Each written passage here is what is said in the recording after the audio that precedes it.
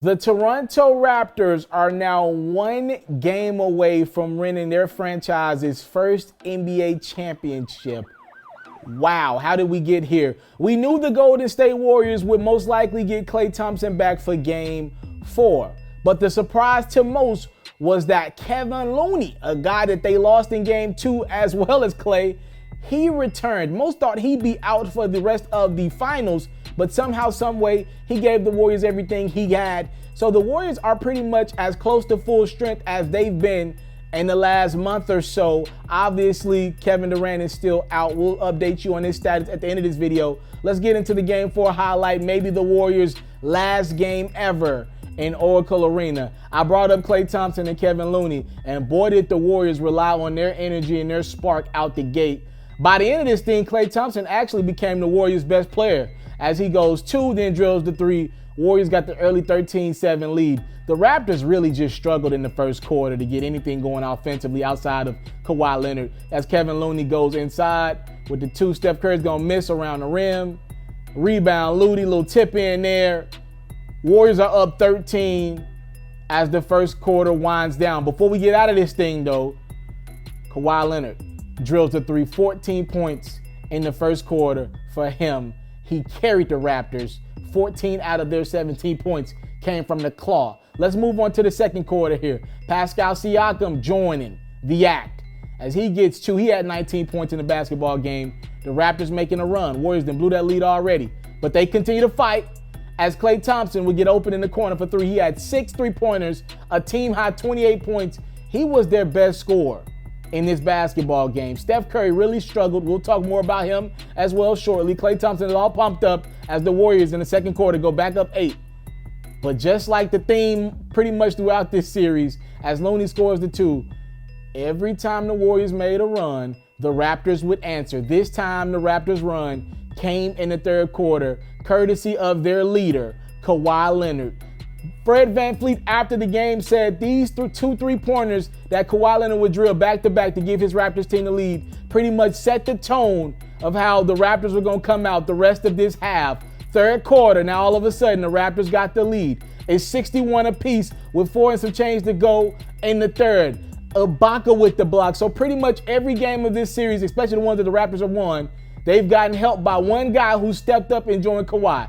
Game 1, it was Pascal Siakam. Game 3, it was Danny Green and Kyle Lowry. In this game, it was Serge Ibaka who drilled the 3. Now Kawhi Leonard with the 2. More Kawhi. 17 points in the third quarter. Him and Ibaka carried the Raptors. And all of a sudden, they're up double digits. Kawhi Leonard drills the 2. This is a double-digit game going into the fourth quarter. The Warriors have lost all momentum. They just could not get a basket to go in the third. They could not stop and negate the run from Kawhi Leonard and the Raptors. Very ugly play here.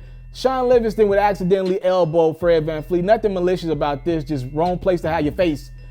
Fred VanVleet would lose a tooth and it would have to be stitched up. He would not return in this game, but the Raptors wouldn't need him. Kyle Lowry would help close this thing out. Beautiful pass to Kawhi Leonard in the corner for 3. It's 7:30 to go. Warriors trying to make a run, but look at how bad this defense is. You just cannot leave a shooter that wide open. It's a 15-point game.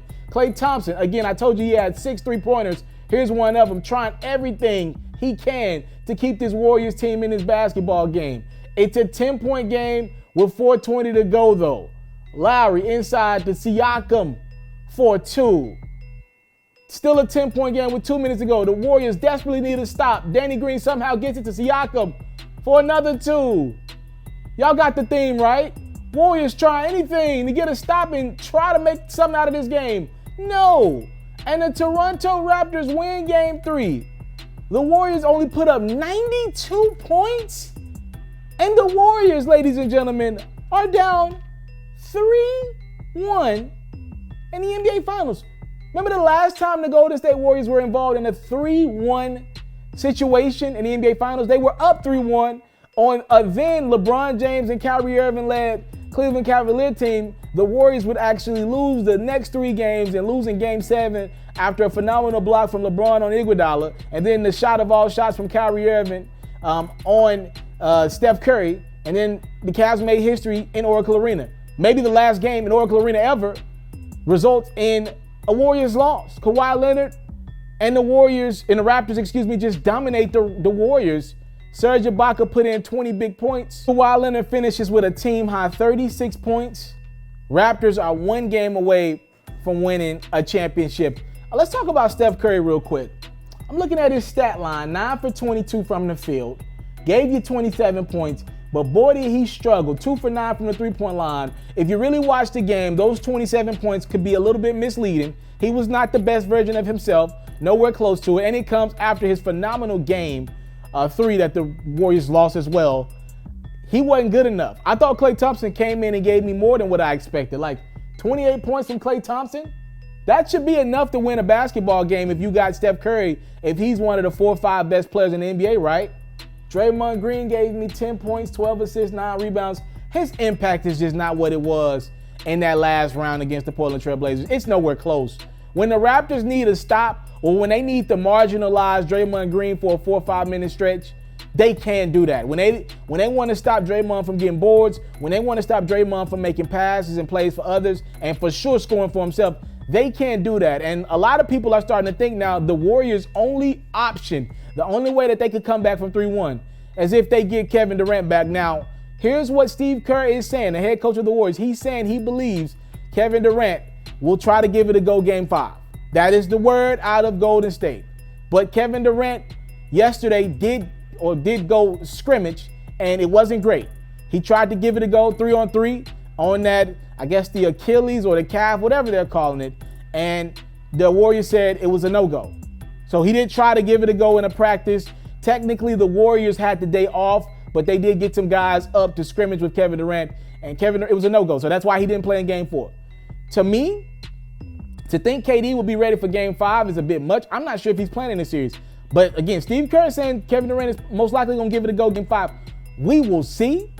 By the way, while I'm speaking on the Warriors players, DeMarcus Cousins has been a non-factor. He gave you 15 minutes tonight. I didn't talk about him much after the Game 3 performance that he had or lack thereof. He pretty much quit on that Warriors team. And in Game 4, he wasn't too much better. What the hell is this? DeMarcus Cousins has managed to do something that I didn't even think was possible. He's joined the Golden State Warriors and actually hurt his value heading into free agency this summer, where he was at least expected to be a somewhat coveted guy. Teams wanted to see him a year after his injury, a few months after his injury, to see if he could perform at a good level. It ain't been there, fam. It ain't been there. And now he's looking like a guy who might have to re-sign with the Warriors for the veterans minimum. Man, Warriors are in a heap of trouble. Down 3-1, Kawhi Leonard looked phenomenal. 11 for 22 from the field. 12 big rebounds to go with them 36 points. He has been amazing. Clearly the finals MVP once the Raptors take care of business, if it's Game 5 or Game 6, whatever. It looks like the Raptors are done with the Warriors. It looks like they're ready to get this thing over in Toronto. That Jurassic Park is about ready to have the biggest celebration that they've ever had.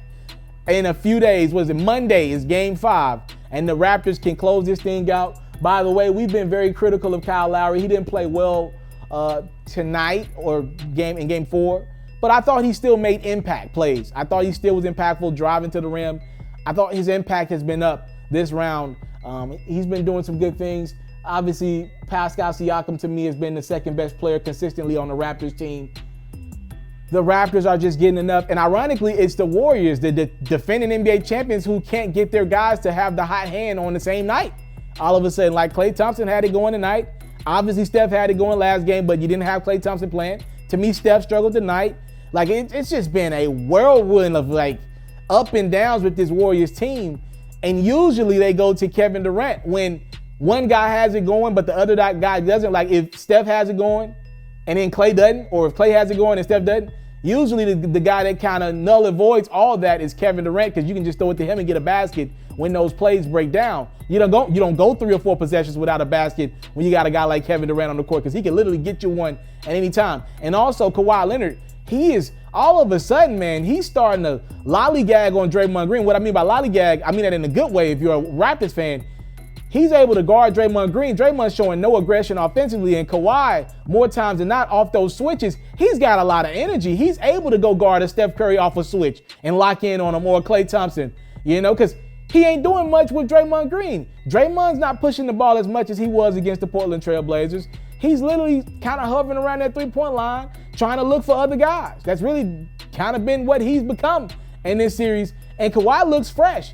And unless you go get a Kevin Durant back, because obviously Kawhi would have to stick to KD in Game 5 if he does return. I don't care what it is, a 65% Durant or a 25% Durant. Whatever it is, you got to put Kawhi on him just because of the respect that Durant's game requires, right? So we'll see. But right now, Kawhi is just too focused on guarding anybody. Like he's got too much time and too much energy to focus in on whatever he needs to do defensively to help his Warriors, his Raptors, I keep saying Warriors, his Raptors team win, whether it's make a big rebound, make a big shot. He's got too much in his mind. Like he got too much time to be that guy for the Raptors right now, and he's making some impact plays.